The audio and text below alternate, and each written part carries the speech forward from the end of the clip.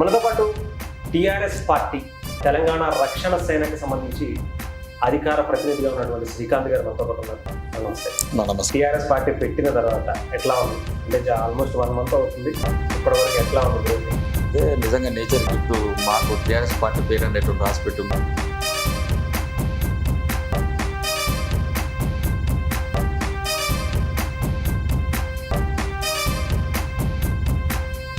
అంటే చాలా అనుకున్నారు ఏంటంటే పార్టీ పెట్టిన తర్వాత చాలా అగ్రెసివ్గా ముందుకు వెళ్తారు అనుకున్నారు. టీఆర్ఎస్ పార్టీ అనౌన్స్మెంట్ చాలా గ్రాండ్గా చేశారు. బట్ కాకపోతే అనుకున్న స్థాయిలో మేమంతా కూడా ఉద్యమ నేపథ్యం నుంచి వచ్చినట్టు బిడ్డలం. వచ్చే ప్రశాంతత తప్పకుండా ఉంటుంది కదా. టార్గెట్ టీఆర్ఎస్ అనుకోవచ్చా, అంటే తండ్రికి పోటీగా అనుకోవచ్చా? ఎరువులను ఉచితంగా ఇస్తామని చెప్పి ఆనాడు బీఆర్ఎస్ పార్టీ చెప్పింది. 20 years వయోజనులు ఎవరైతే ఉన్నారో అక్కడి నుంచి మొదలుకుంటే 36-40 years వరకు ఉన్నటువంటి వాళ్ళంతా కూడా మార్పు దిశగా ఆలోచనలు చేస్తూ ఉన్నారు. అందులో భాగంగానే తమిళనాడులో ఇలా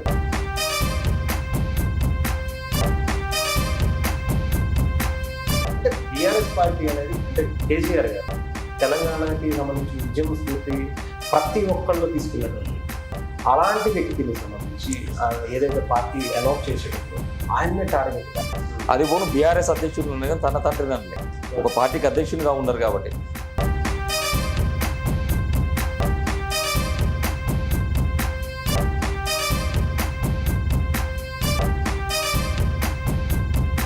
అంటే ఇప్పుడు టీఆర్ఎస్ పార్టీకి సంబంధించినటువంటి నాయకుల్ని ఆకర్షించేటువంటి ఇలా బీఆర్ఎస్ పార్టీకి ఉన్నటువంటి అహంకారం, ఉద్యమకారులను తొక్కివేసినటువంటి విధానం ఆ స్థాయిలో మేము పోతున్నాం. రేపు యూనివర్సిటీలో ఉండబడేటువంటి బిడ్డలకు రేపు రోజున పెద్దపీట వేస్తాం. అంటే ఇప్పుడు కంప్లీట్గా బీఆర్ఎస్ పార్టీకి సంబంధించినటువంటి నాయకత్వాన్ని వాళ్ళు చేసేటువంటి తప్పుల్ని ఎత్తి చూపించారు. Not only BRS. అంటే ఇక్కడ జీవించడానికి రెడీగా ఉన్నారా టీఆర్ఎస్ పార్టీ కవిత గారు? దానికి సిద్ధంగా ఉన్నారా? మా సంబంధించిన జాగృతి సంబంధించిన మూలాలు ఏవైతున్నాయో ఆ మూలాలే ఈరోజు మాకు ఉండబడేటువంటి క్యాడరు. అంటే ఇప్పుడు బీఆర్ఎస్ పార్టీకి సంబంధించి ఒకవేళ 2028 వచ్చినప్పుడు పరిస్థితులు మారి మనం అందరం కలిసి ఉంటాం అని చెప్పి అంటే కనుక లేదండి, అదే అంటున్నా. ఇప్పుడు కవితక్క స్వయంగా వాడి తండ్రినే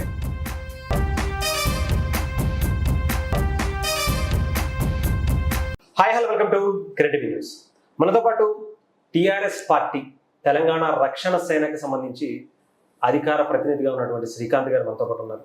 నమస్తే. నమస్తే. ఎట్లా ఉన్నారు? ఫైన్ అన్న. టీఆర్ఎస్ పార్టీ పెట్టిన తర్వాత ఎట్లా ఉంది అంటే ఆల్మోస్ట్ 1 month అవుతుంది, ఇప్పటివరకు ఎట్లా ఉంది గ్రోతింగ్? ముందుగా కిరణ్ టీవీ సంబంధించిన ప్రేక్షకులకు టీఆర్ఎస్ పార్టీ తరఫున హృదయపూర్వక నమస్కారాలు తెలియజేస్తున్నా. ఏదైతే టీఆర్ఎస్ పార్టీ అనేటువంటి పెట్టినామో ఈ తెలంగాణ రక్షణ సేన అనేటువంటి పార్టీ, ఇది తెలంగాణ ప్రజలకు సంబంధించినటువంటి ఒక భావోద్వేగం. టీఆర్ఎస్ పార్టీ అనేటువంటి పేరు కూడా మేము అప్లై చేసినటువంటి 5 names అప్లై చేస్తే నిజంగా నేచర్ గిఫ్ట్ మాకు టీఆర్ఎస్ పార్టీ పేరు అనేటువంటి రాసి పెట్టి ఉందేమో తెలియదు. అదే పేరు థర్డ్ నేమ్గా ఉన్నటువంటి పేరును ఎలక్షన్ కమిషన్ మాకు ఫైనల్ చేసి ఇవ్వడం జరిగింది. ఇలా యావత్ తెలంగాణలో ఉన్నటువంటి ఉద్యమకారులు కానీ నాడు టీఆర్ఎస్ అనేటువంటి పార్టీ పేరు మీద పనిచేసినటువంటి వాళ్ళు కొంత భావోద్వేగానికి కూడా లోనైనటువంటి సందర్భాన్ని కనిపిస్తుంది. ఎందుకంటే ఈ పేరులోనే ఒక భావోద్వేగం కలిగి ఉన్నది, ఎమోషన్. ఎందుకంటే అంతటి ఉద్యమాన్ని నడిపించినటువంటి పేరు. అట్లాంటి పేగుబంధాన్ని కలిగి ఉన్నటువంటి టీఆర్ఎస్ అనేటువంటి పదము, తెలంగాణ అనేటువంటి పదంతో పేగుబంధాన్ని తెంచుకొని పోయినటువంటి పార్టీ బీఆర్ఎస్ పార్టీ. వాళ్ళు తెంచుకున్నటువంటి పేగుబంధాన్ని ఈరోజు మేము కలుపుకొని తెలంగాణ బిడ్డల యొక్క శ్రేయస్సు కోసం, ఈ ప్రాంత రక్షణ కోసం ఏర్పడినటువంటి పార్టీ తెలంగాణ రక్షణ సేన. ఇలా యావత్ తెలంగాణలో కూడా ఉండబడినటువంటి ప్రయోజనాలను తాకట్టు పెడుతున్నారు ఒకవైపున కేంద్ర ప్రభుత్వంలో ఉన్నటువంటి బీజేపీ పెద్దలు. ఇవాళ బీజేపీకి 8 మంది ఎంపీలు ఉంటారు. ఇది ఒక అష్టగ్రహ కూటమి. ఇటు 8 మంది ఎంపీలు కాంగ్రెస్లో ఉంటారు, వీళ్ళు ఒక దుష్టగా కూటమిలాగా వీళ్ళు ఉంటారు. ఈ 2 గ్రాహకులన్నీ కూడా కలిసి 16 మంది కూడా కనీసం పార్లమెంట్లో పర్ఫార్మెన్స్ను కూడా మర్చిపోయినటువంటి పరిస్థితి కనపడుతుంది. తెలంగాణకు రావాల్సినటువంటి బడ్జెట్ను ఇటు వరకు ఒక గుండుసున్న బడ్జెట్ వచ్చినా ప్రశ్నించే నాదుడు లేరు. పక్క రాష్ట్రం సంబంధించినటువంటి ఎంపీ ఒకతను ఈ ప్రాంతాన్ని ఏదైతే పాకిస్తాన్తో పోలిస్తే కూడా అడ్డుకున్నటువంటి నాదుడు లేడు. ఇదే ప్రాంతం నుంచి 2 కేంద్ర మంత్రులు ప్రాతినిధ్యం వహిస్తారు, అయినా కానీ అడ్డుకునే వ్యక్తులు లేరు. అంటే నేనేమంటున్నా, ఈ ప్రాంత ప్రయోజనాలు కాపాడాలంటే, ఈ ప్రాంత అస్తిత్వ పరిరక్షణ జరగాలంటే ఒక ప్రాంతీయ పార్టీకి మాత్రమే ఆ ఉక్కు సంకల్పం ఉంటుంది, అంతటి ప్రేమ ఉంటుంది. ఇలా జాతీయ పార్టీలుగా ఏర్పడినటువంటి కాంగ్రెస్ కానీ, బీజేపీ కానీ, జాతీయ రాజకీయాలు చేస్తా అని చెప్పేసి పరిగెట్టినటువంటి బీఆర్ఎస్ పార్టీ కానీ, ఇలా వాళ్ళకు తెలంగాణ పైన ఆ ప్రేమ అనేటువంటి లేకుండా పోయింది. ఇలా మహారాష్ట్రలో, ఒరిస్సాలో, లేకుంటే ఆంధ్రప్రదేశ్లో ఆఫీసులు పెట్టి పూణేలో ఆఫీసులు పెట్టి ఆ జాతీయ రాజకీయాలకు పోతూ ఇలా ఉన్న కాడనే మీరు ఇలా బొక్కబొర్రలో పడినటువంటి పరిస్థితి కనపడతాను. కాబట్టి బీఆర్ఎస్ కూడా ఇలా ఒక ప్రాంతీయ పార్టీగా లేదు, అది కూడా ఒక జాతీయ పార్టీగా అయింది. కాబట్టి ఈ ప్రాంత పరిరక్షణ అనేటువంటిది కేవలం తెలంగాణ సంబంధించినటువంటి రక్షణ సేన ద్వారానే కవితక్క నాయకత్వంలోనే రేపు రోజు జరగబోతోంది. అంటే చాలా అనుకున్నారు ఏంటంటే పార్టీ పెట్టిన తర్వాత చాలా అగ్రెసివ్ గా ముందుకు వెళ్తారు అనుకున్నారు. టీఆర్ఎస్ పార్టీ అనౌన్స్మెంట్ చాలా గ్రాండ్ గా చేశారు. బట్ కాకపోతే అనుకున్న స్థాయిలో మళ్ళీ ఏదన్నా మూమెంట్ ముందుకు రాలేదు అనేటువంటిది కూడా కొంతమందిలో లేదు. ఇప్పుడు పార్టీ పెట్టగానే ఒక రోజు పరిగెడితే సరిపోదు కదా, నిత్యం ప్రజలలో ఉండాలి, ఒక కార్యాచరణ ఉండాలి, ఒక మాట్లాడుతున్నప్పుడు ఒక కంటెంట్ని బిల్డ్ చేసుకుని మాట్లాడాల్సి ఉంటుంది. ఖచ్చితంగా ఈ ప్రాంత సంబంధించిన సమస్యలను అవపోసన పట్టుకున్నట్టు నాయకులు మేమంతా కూడా ఉద్యమ నేపథ్యం నుంచి వచ్చినట్టు బిడ్డలం. యూనివర్సిటీలో డాక్టరేట్లు పిహెచ్డీలు పూర్తి చేసి ఒక ఉన్నత విద్య నుంచి వచ్చినటువంటి బిడ్డలం. తెలంగాణ జాగృతిలో మీరు ఒకసారి చూడండి నాయకత్వాన్ని కూడా ఆల్మోస్ట్ రీసెర్చ్ స్కాలర్స్ ఎక్కువ ఉన్నటువంటి పార్టీ ఎవరైనా ఉన్నారంటే ఒక ఎడ్యుకేషన్తో ఉండబడేటువంటి హైయర్ ఎడ్యుకేషన్తో ఉండబడేటువంటి నాయకులు ఎవరు ఉన్నారంటే మా సంబంధించినట్టు తెలంగాణ రక్షణ సేనలో గతంలో ఉన్నటువంటి జాగృతిలో కూడా అట్లాంటి లక్షణాలతో అట్లాంటి వ్యక్తిలో ఉంటారు. నేనేమంటున్నాం, మేము పుట్టినాము 1 నెల రోజులు అవుతుంది, మా సంస్థాగత ఏర్పాట్లు చేసుకోవాలి కదా. ఇప్పుడు మా పార్టీ జెండా గద్దెల కార్యక్రమానికి ఈ రోజు 20వ తారీఖు నుంచి మొదలుకుంటే జూన్ 20 వరకు కార్యాచరణకు పిలుపునిచ్చినాం. ఇలా మండల స్థాయిలో, గ్రామీణ స్థాయిలో, బూత్ స్థాయిలో, డివిజన్ స్థాయిలలో ప్రతి దుఃఖం మా జెండా పండుగలకు మా కార్యకర్తలతో పిలుపునిచ్చినాం. మేము అంత రంగం సిద్ధం చేసుకుంటాం, గ్రామీణ ప్రాంతాలకు విస్తరించడానికి సిద్ధం. తర్వాత సభ్యత్వ నమోదు అనేటువంటి ఉంటుంది. సభ్యత్వ నమోదు తర్వాత పార్టీ కమిటీలు ఉంటాయి. సంస్థాగతంగా నిర్మాణాత్మకంగా మేము బలపడిన తర్వాత ఆటోమేటిక్గా తప్పకుండా ఉంటుంది కదా. కాబట్టి మేము నిర్మాణం చేసుకునే ప్రక్రియలో దానిపైన దృష్టి పెట్టాం. పార్టీ నిర్మాణం జరుగుతోంది. అనేక మంది నాయకులు ఈరోజు తెలంగాణ రక్షణ సేన ఆఫీస్కి వస్తున్నారు, కలుస్తున్నారు. మొన్న మంత్రి జనార్దన్ గారు వారు కూడా వచ్చారు. ఇలా 10 జిల్లాలకు సంబంధించినటువంటి నాయకత్వం మొత్తం కూడా మా పార్టీలకు వారి యొక్క నాయకత్వంలో రాబోతున్నారు. బోధ్ మాజీ ఎమ్మెల్యే బాబురావు రాథోడ్ గారు వచ్చారు. ఇలా అనేక మంది ఉద్యమకారులు వీళ్ళందరూ కూడా మా వైపు చూస్తూ ఉన్నారు. ఈరోజు బీఆర్ఎస్ పర్ఫార్మెన్స్ పూర్తిగా మర్చిపోయింది, ప్రతిపక్ష పాత్రను మర్చిపోయింది. కంప్లీట్ స్లీపింగ్ మోడ్ లో బీఆర్ఎస్ పార్టీ ఉన్నది. అంటే టార్గెట్ బీఆర్ఎస్ అనుకోవచ్చా, అంటే తండ్రికి పోటీగా అనుకోవచ్చా, నిలబెట్టింది కానీ పార్టీ మేము ఎవరికి పోటీ అనేటువంటిది కాదండి. మేము ప్రజల యొక్క రక్షణ కోసం ఏర్పడ్డాం. ఈ ప్రాంతం అనేటువంటిది ఏర్పడ్డ తర్వాత దాదాపుగా రాష్ట్రం వచ్చి 10 ఏళ్ళు వారి పరిపాలన ఉన్నారు. దాదాపుగా 2.5 సంవత్సరాలు వీరి యొక్క పరిపాలన. 12.5 సంవత్సరాలు గడిచిపోయినప్పటికీ ఈ ప్రాంతానికి రావాల్సిన విభజన హామీలు అనేటువంటి రాలేదు. ఈ ప్రాంతం జరగాల్సినటువంటి అభివృద్ధి జరగలేదు. ఇరిగేషన్ పరంగా ఒక ప్రాజెక్ట్ని కూడా పూర్తి చేసుకోలేదు. రైతాంగానికి నీళ్ళు ఇచ్చినటువంటి పరిస్థితి లేదు. కనీసం ఒడ్లు కొనేటువంటి నాదులు లేదు. కళ్ళల్లో ఒడ్లు అట్లే ఉంటున్నాయి. ఎరువులు ఇచ్చే నాదులు లేడు. ఎరువులను ఉచితంగా ఇస్తామని చెప్పేసి ఆనాడు బీఆర్ఎస్ పార్టీ చెప్పింది. కేవలం రైతు బంధు, రైతు బీమా అనేటువంటి ఒకటి పెట్టేసి వాళ్ళు మసిబూసి మారేడుగాయలు చేసి తప్పితే ఇంతవరకు తెలంగాణలో ఇంతవరకు కాలేదు. ఇలా మీరు ఒకసారి మహబూబ్నగర్ ప్రాంతాన్ని చూడండి. ఇలా కృష్ణ సంబంధించినటువంటి నీటి సంబంధించినటువంటి వాటాలో ఈ 2 రాష్ట్రాల మధ్యన జరిగినటువంటి నీటి లభ్యత విషయంలో ఇయాటి వరకు కేంద్రం తేల్చకుండా ఇలా అడిగేటువంటి నాదులు లేడు. ఇలా మహబూబ్నగర్ మళ్ళీ ఎడారి ప్రాంతంగా మారిపోతుంది. మళ్ళీ మహబూబ్నగర్కు ముంబై బస్సులు వస్తాయి. మళ్ళీ మహబూబ్నగర్ బిడ్డలు పాలమూరు కూలీలందరూ కూడా మళ్ళీ ముంబై వలసలు పోయేటువంటి పరిస్థితి వస్తుంది. అంటే కృష్ణా డెల్టాలో ఉండబడేటువంటి నీటి లభ్యత కనీసం అలొకేషన్ అనేటువంటిది ఇవ్వకుండానే అడ్మినిస్ట్రేషన్ అనుమతులు ఇచ్చేసి అడ్మినిస్ట్రేషన్ అనుమతులతో కాంట్రాక్టర్లకు కాంట్రాక్ట్స్ ఇచ్చేసి 1000 కోట్ల రూపాయలు దండుకునేటువంటి చర్యలు చేసి తప్పితే ఎక్కడ నీళ్ళు ఇచ్చిళ్ళు అంటే కన్స్ట్రక్టెడ్గా ఎక్కడ జరిగింది? నేను అనేది ఏమంటున్నా, ఇక్కడ ఉన్న నీటిని తీసుకుపోయి ఒక దగ్గర ఎత్తిపోయడం, తాత్కాలిక ప్రయోజనాలతో అక్కడ నీళ్లు పెట్టడం కాదు. ఏం జరగాలి? కన్స్ట్రక్టెడ్గా జరగాలి కదా. ఏ ప్రాజెక్టు పూర్తయినా కాంక్రీట్ లెవెల్ పూర్తి అయితేనే ప్రాజెక్టులు పూర్తయినట్టు. మీరు గ్రావిటీ కెనాల్స్ చేస్తే కనీసం కాలువలు దోవకపోతుంది. కాలువలు దోగితే ఇక్కడ కూడా కనీసం రిజర్వాయర్ల నింపలేనటువంటి పరిస్థితి. అనేక సమస్యలు ఉన్నాయి. ఈ సమస్యలన్నీ కూడా కంప్లీట్ గ్రౌండ్ లెవెల్ వరకు, గ్రాస్ లెవెల్ వరకు తీసుకుపోయినాం. జనంబాటలో కూడా కవితక్క ఆ రోజున జనంబాట జరుగుతున్న ప్రతి ఇరిగేషన్ ప్రాజెక్టును మేము సందర్శించినాం. కనీసం ఆ ముంపు ప్రాంతాలు ఎక్కడైతే ఉన్నాయో వాళ్ళకు కనీసం వాళ్ళకు కంపెన్సేషన్ కూడా ఇంతవరకు ఈ రాష్ట్ర ప్రభుత్వం కానీ అప్పుడు ఉన్నటువంటి ఆ రాష్ట్ర ప్రభుత్వం కానీ ఇంతవరకు అందించినటువంటి పరిస్థితి. ఇట్లా అనేక సమస్యల వలయంతో కూడుకుని ఉన్నటువంటి తెలంగాణ. కాబట్టి తెలంగాణ పైన అత్యంత ప్రేమ ఉన్నటువంటిది కేవలం తెలంగాణ రక్షణ సేన మాత్రమే. వీళ్ళు ఆల్రెడీ జాతీయ రాజకీయాల వైపు పరిగెడుతున్నారు. కాబట్టి ఈ ప్రాంతంలో ఇప్పటికే ధ్వంసం అయిపోయింది. 2.5 సంవత్సరాలుగా ఒక పాలసీ తీసుకోవాలి కాంగ్రెస్ పార్టీ. 420 హామీలు ఇచ్చిళ్ళు, 6 గ్యారెంటీలు ఇచ్చిళ్ళు. ఇయాటి వరకు ఇక్కడ కూడా ఒక హామీని కానీ ఒక గ్యారెంటీని కానీ వాళ్ళు నెరవేర్చిన పాపన పోలే. కాబట్టి మేమేమంటున్నాం, ఒకరు కాంగ్రెస్ మోసం చేసింది. 10 ఏళ్ల పాలనలో బీఆర్ఎస్ పార్టీ కూడా విధ్వంసం చేసింది.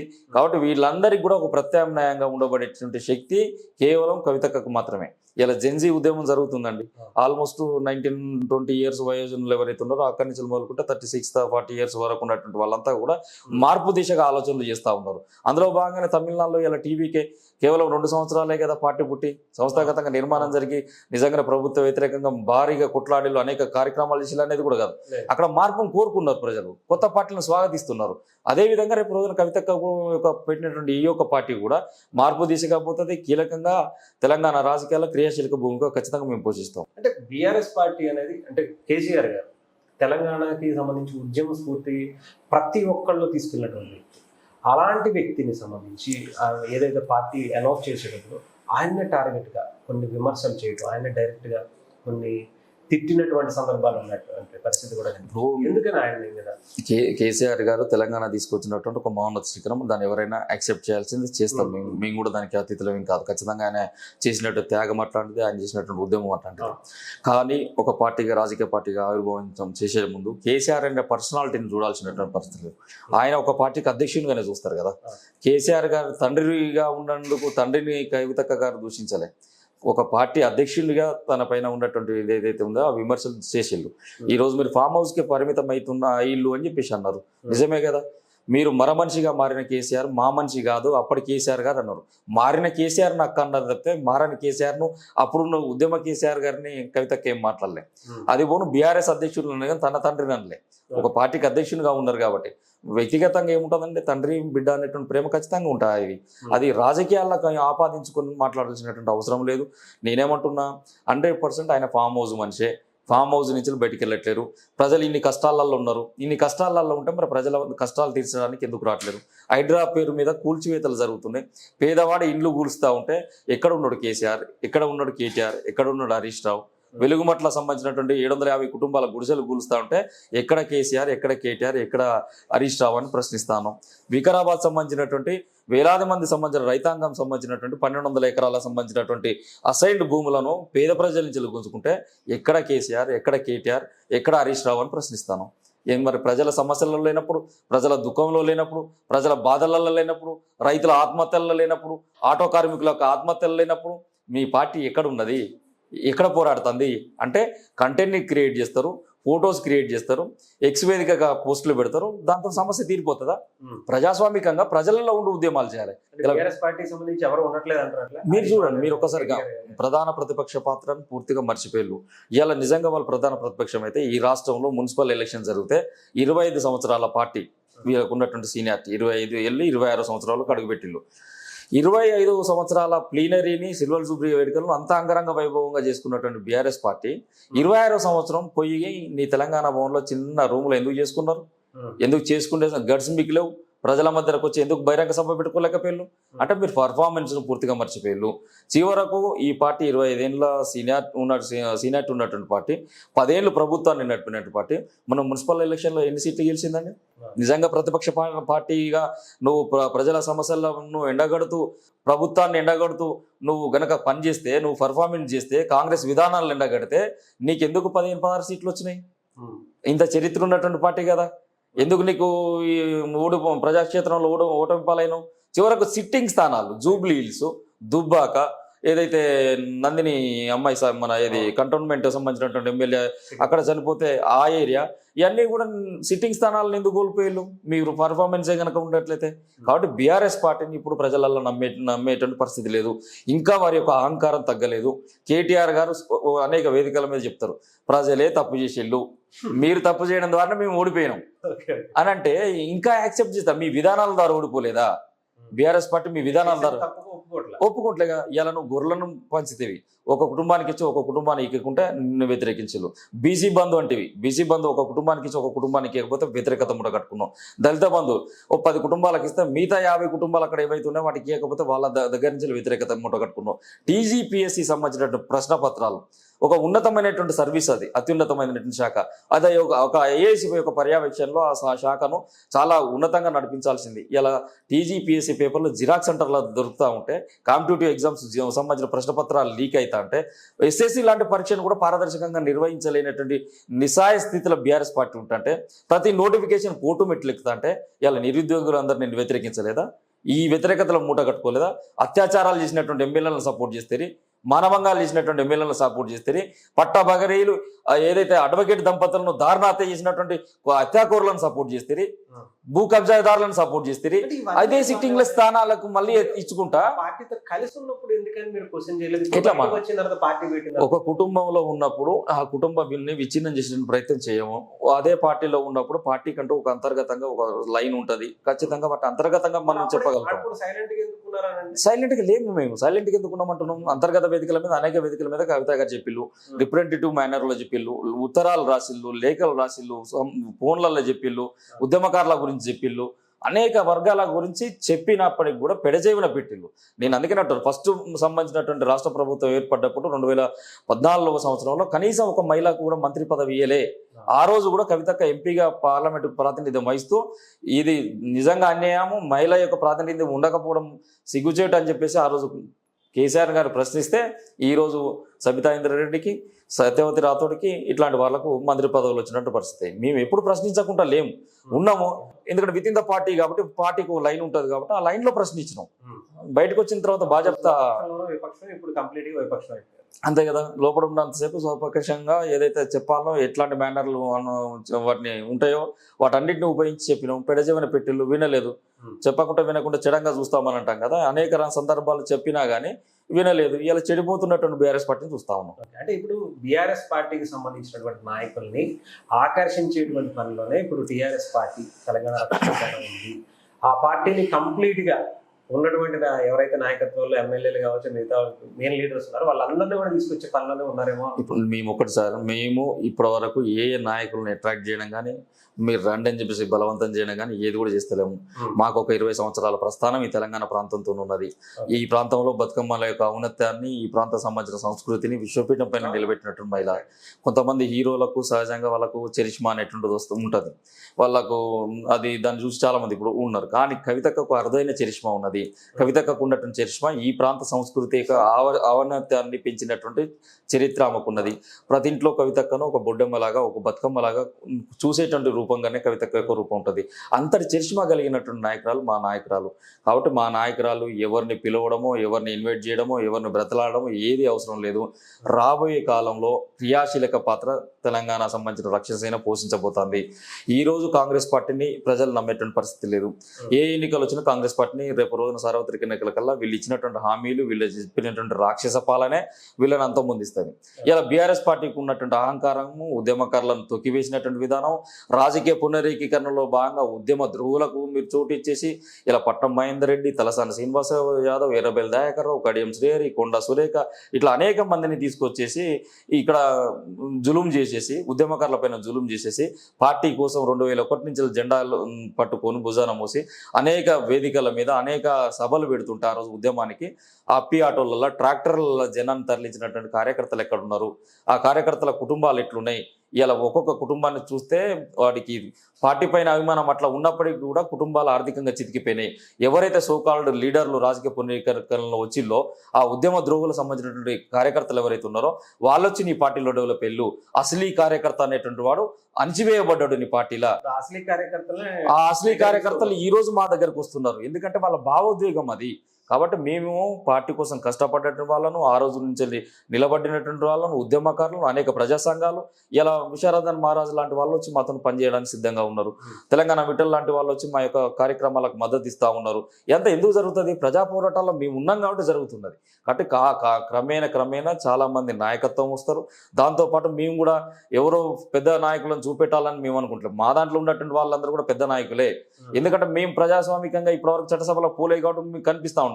కానీ ఒక 20 ఏళ్ళ అనుబంధం తెలంగాణ ఉద్యమంతో ఉన్నది మాకు. ఈ ప్రాంత సమస్యల పట్ల కొట్లాడినటువంటి బిడ్డలం.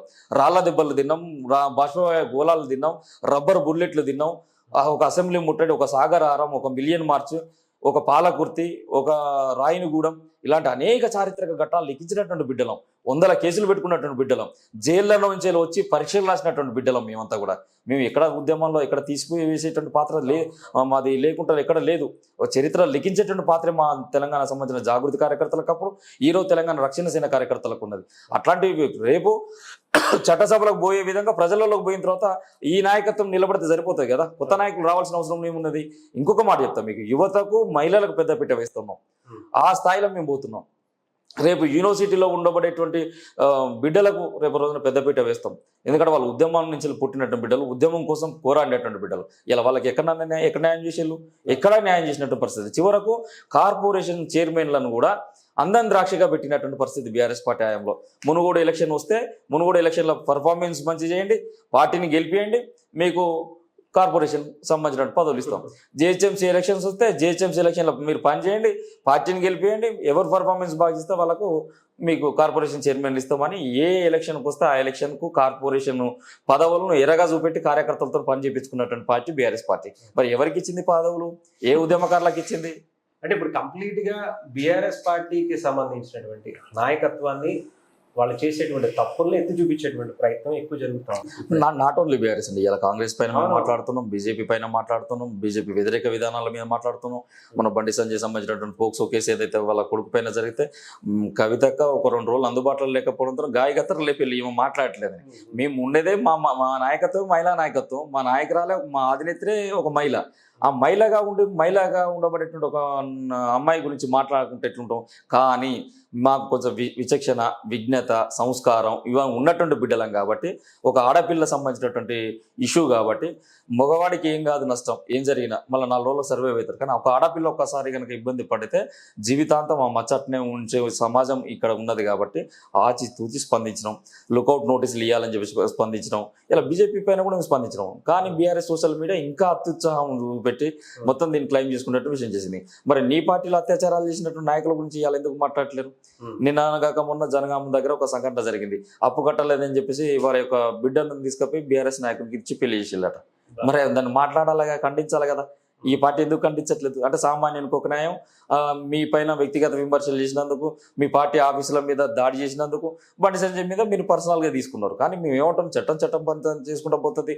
అమ్మాయికి జరిగిన అన్యాయానికి ఖచ్చితంగా ప్రొటెక్ట్ చేస్తాం.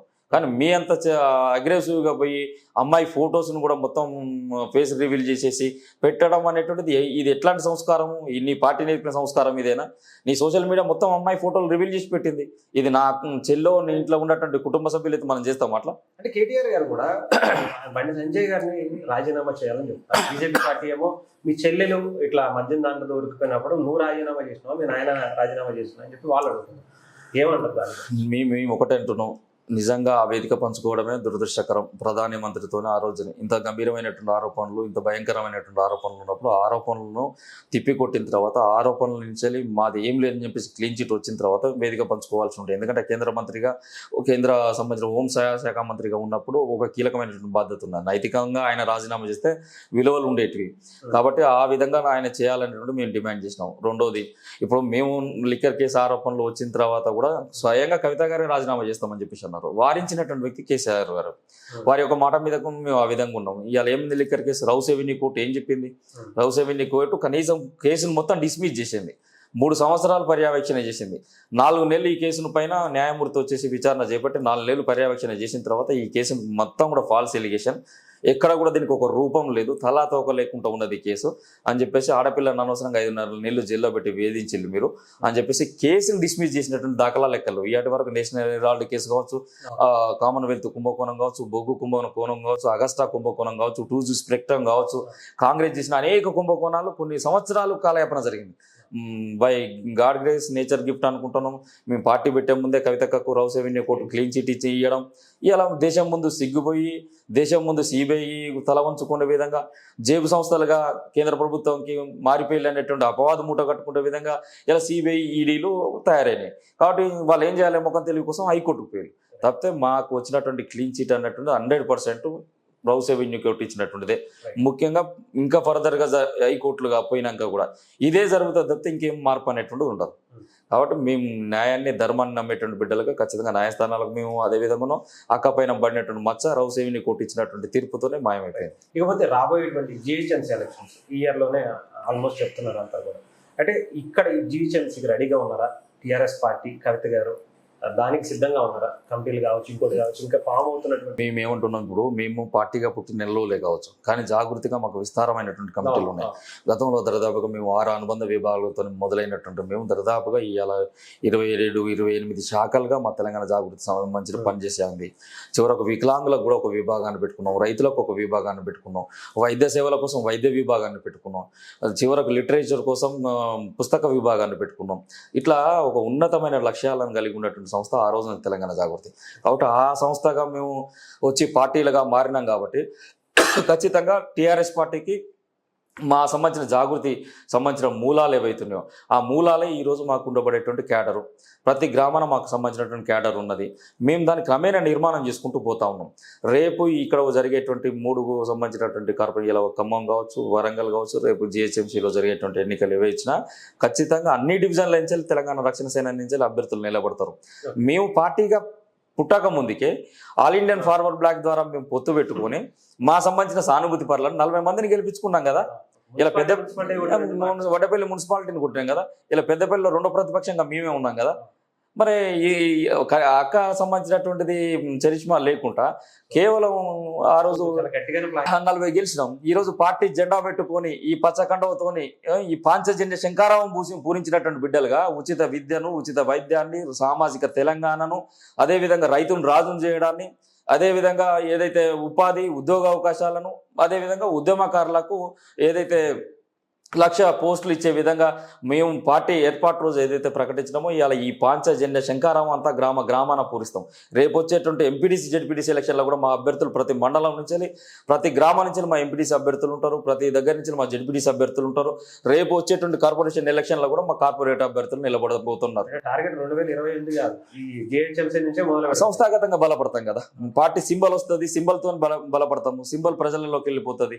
గెలుస్తామా ఓడిపోతామా అనేటువంటిది కాదు. ఈ పార్టీని నిర్మాణాత్మకంగా బలోపేతం చేసుకోవాలా, ప్రజలలోకి తీసుకుపోవాలా, గెలిచిన అభ్యర్థులతోని ప్రజా సమస్యల మీద కొట్లాడాలనేటువంటిది మా ప్రధానమైనటువంటి ఎజెండా. గెలుపోటములు ఏ పార్టీలకైనా సహజంగా జరుగుతూనే ఉంటాయి ప్రజాస్వామ్యంలో. దాన్ని ఇలా ఏమంటారు ఒక క్రైటీరియాగా తీసుకొని దాంతోనే పార్టీ ఇదని అదని డిసైడ్ కావాల్సినటువంటి అవసరం లేదు. తినబోయే ముందు రుచులు ఎందుకు, రేపు జరుగుతుందిగా సార్వత్రిక ఎన్నికల్లో ఈ కండవ ఎట్లా పోటీ ఇస్తుంది, ఈ కండవ ఏం చేస్తుంది, ఈ రాజకీయాలను ఎట్లా మార్చగలుగుతుంది అనేటువంటిది రేపు చూస్తారు ఖచ్చితంగా తెలంగాణ ప్రజలు. రేపు అంటే ఇప్పుడు బీఆర్ఎస్ పార్టీకి సంబంధించి ఒకవేళ 2028 వచ్చేటప్పటికి పరిస్థితులు మారి మనం అందరం కలిసి వద్దాం అని చెప్పి అంటే కనుక ఏమైనా అవకాశం ఉంటుందా? కలుస్తా లేదండి. మేము పూర్తిగా రాజకీయ పరమైనటువంటి విభేదాలతోని రాజకీయ సంబంధించినటువంటి ఏదైతే సంబంధించినటువంటి అంశాలతో విడిపోయి బయటికి పంపివేయబడినటువంటి బిడ్డలం. చివరకు బీఆర్ఎస్ పార్టీలో అంతర్గత ప్రజాస్వామ్యం లేదనేది కూడా నిరూపించలేవు. కనీసం ఒక షోకాజ్ నోటీస్ కూడా ఇవ్వలేదు కవితకు. పాపం ఏం పాపం చేసిందో తెలియని పాపం. కాబట్టి ఒక ఆడపిల్లను, ఇంటి బిడ్డను తండ్రి పెట్టిన పార్టీల నుంచి నిర్దాక్షిణ్యంగా కనీసం షోకాజ్ నోటీస్ ఇవ్వకుండా బయటికి పంపించినటువంటి party BRS party. Drugs case అయితే పైలట్ రోహిత్ రెడ్డికి వివరణ కోరుతూ నోటీసులు ఇస్తారు. అంటే మీకు లంగలు, దొంగలు, డ్రగ్స్ కేసులు, మత్తు పదార్థాలు తీసుకున్న వాళ్ళకు, అమ్మాయిలను అది చేసిన వాళ్ళకు, ఇట్లాంటి వాళ్ళకు మీరు నోటీసులు సర్వ్ చేసి గౌరవప్రదంగా వాళ్ళ దగ్గర నుంచి వివరణ కోరుతారు. ఇవాటి వరకు పైలట్ రోహిత్ రెడ్డి మీద మరి వివరణ కోరిలు మరి ఏం వివరణ ఇచ్చింది ఇంతవరకు చర్యలు తీసుకోవాలి. కాబట్టి నేనేమంటున్నా, మేము భవిష్యత్తులో కూడా బీఆర్ఎస్తోని పొత్తు పెట్టుకునేటువంటి ప్రయత్నాలు కానీ బీఆర్ఎస్లో కలవడం అనేటువంటిది కానీ మేము చేయట్లేదు. చివరికి కవితక్క స్వయంగా అదే అంటున్నా. ఇప్పుడు కవితక్క స్వయంగా వారి తండ్రినే టీఆర్ఎస్ పార్టీలోకి రమ్మని ఆహ్వానించింది. అట్లాంటి ధైర్యం కలిగిన బిడ్డ నేనేమంటున్నా, ఖచ్చితంగా నేనేమంటున్నా, సార్ నిజంగా వస్తానంటే మా పార్టీకి సలహాదారులుగానో లేకపోతే మా పార్టీకి సంబంధించినటువంటి ఒక అనుభవజ్ఞులు కాబట్టి మా అక్క వెనుక ఒక తండ్రిగా ఉండి నడిపించడానికి వస్తారు, స్వీకరిస్తాం. తప్పకుండా వారి యొక్క విలువైన సూచనలు స్వీకరించడానికి సిద్ధంగా ఉన్నాం.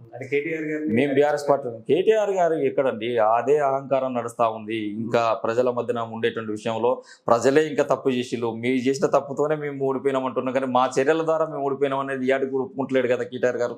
మొన్న మున్సిపల్ ఎలక్షన్స్ వచ్చినప్పుడు ఏమన్నాడు, ప్రజలను ఉద్దేశించి మేము లంగలకు ఇచ్చిన, దొంగలకు ఇచ్చిన, ఎవరికి ఇచ్చినా మీరు ఓటు కేసీఆర్ ముఖం చూసి ఓటు వేయాలని చెప్పేసి అంటే ఏం కర్మ ప్రజలకు, నువ్వు లంగలకు దొంగలకు ఎందుకు టికెట్ ఇస్తావు, మంచోళ్ళకి ఏం చెప్పేసి కవితక్క ప్రెస్ మీట్ పెట్టి చెప్పింది కదా. కాలువలు సాఫ్ చేసేటోనికి, కరెంటు బల్బులు పెట్టించేటోనికి, కుటుంబం దగ్గరికి పోయి ఇల్లు పర్మిషన్ తీసుకొచ్చేటోనికి, పనిచేసేటోనికి లంగలకు దొంగలకు ఎందుకు ఇస్తామని చెప్పేసి ప్రశ్నించినట్టు మేము. అంటే వాళ్ళ ఇంకా ఎట్లాంటి స్థితిలో ఉన్నారంటే ఒక నిరంకుశమైనటువంటి పరిపాలన,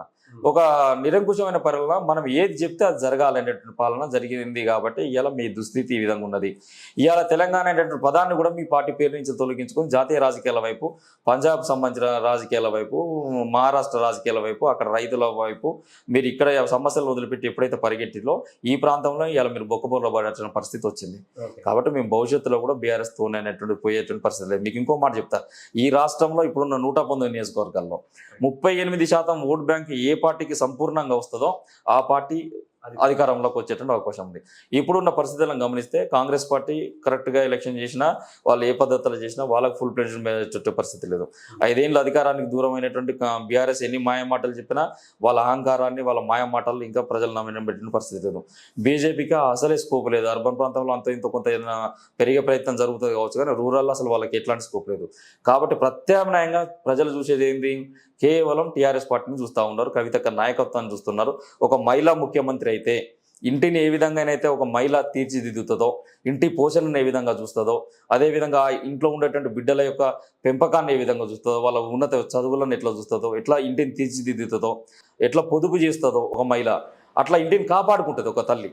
కాబట్టి ఒక తల్లి లాంటి పాలన జరగాలంటే ఒక ఇంటిని ఏ విధంగానైతే ఒక మహిళ రక్షిస్తుందో అట్లా తెలంగాణ రక్షణ సేన పార్టీ నాయకత్వాన, కవిత నాయకత్వాన రేపు మహిళా ముఖ్యమంత్రి అయితే ఈ రాష్ట్రం కూడా ఆర్థికంగా పురోగమిస్తుంది.